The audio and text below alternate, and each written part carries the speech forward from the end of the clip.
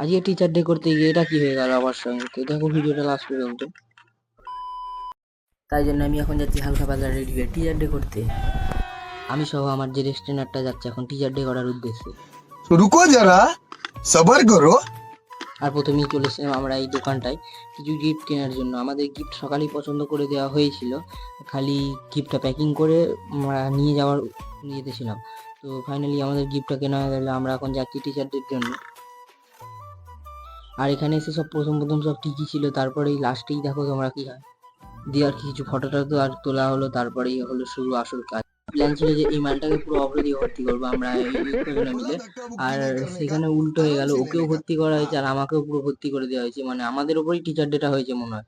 আর সেখান থেকে আমাদের দিয়ে দিয়েছিল বিরিয়ানি, আর সেটা আমরা সবাই মিলে বাড়ি নিয়ে এসেই খাই। আর আমি এখন বিরিয়ানিটা খাই, আর তোমরা এরকম মজাদার মিনি ব্লগ দেখার জন্য চ্যানেলটিকে সাবস্ক্রাইব করে রেখো। বাই।